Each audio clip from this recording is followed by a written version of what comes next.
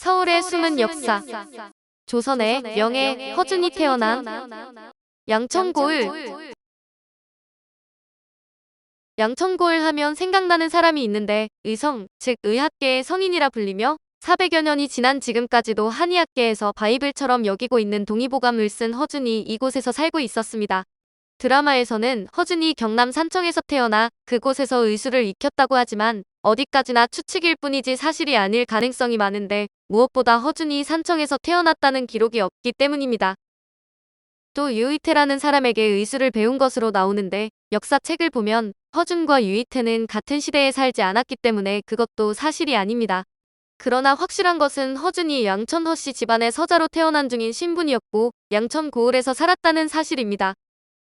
고려 태조왕건은 고려 건국에 많은 공을 세운 허선문이라는 사람에게 양천 땅을 다스리게 했고 허선문은 양천허 씨의 시조가 되었다고 합니다. 역시 양천허 씨인 허준의 증조할아버지는 영월 군수를 지냈고 할아버지는 경상우수사, 아버지는 용천부사를 지냈을 정도로 허준은 뼈대 있는 양반 집안에서 태어났습니다.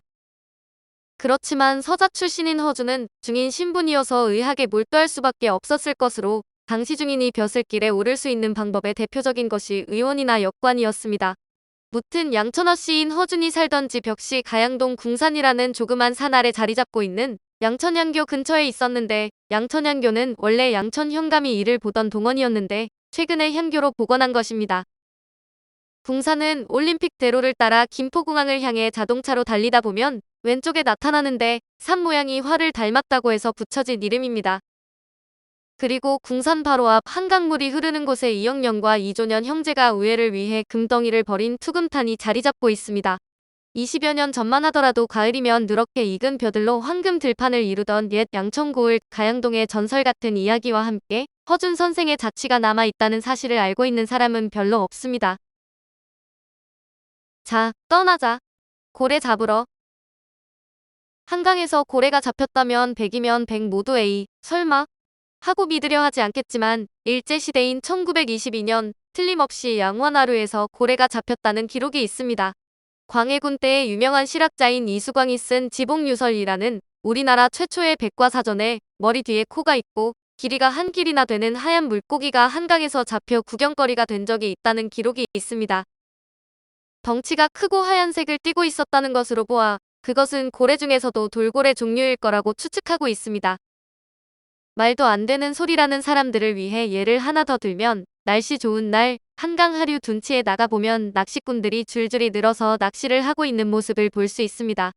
한강에 바닷물고기가 올라온다는 사실이 믿기지 않거든 그 사람들에게 정말 한강에서 바닷물고기가 잡히냐고 물어보면 낚시꾼들은 이렇게 대답을 합니다.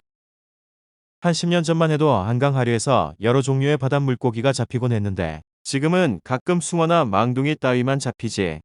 특히 사리 때가 되면 바닷물고기가 많이 올라옵니다. 사리는 바다에서 밀물이 최고로 높아질 때를 말하는 것으로 서해안에서는 저녁 나절이면 밀려나 갔던 바닷물이 다시 밀려 들어오는데 초승달이 생기기 시작할 때와 보름달이 되었을 때 바닷물이 가장 높게 밀려옵니다. 바다의 밀물이 바다와 바로 접해 있는 한강 하류까지 밀려오고 그때 밀물에 휩쓸려 바닷물고기도 따라 올라온다는 것입니다.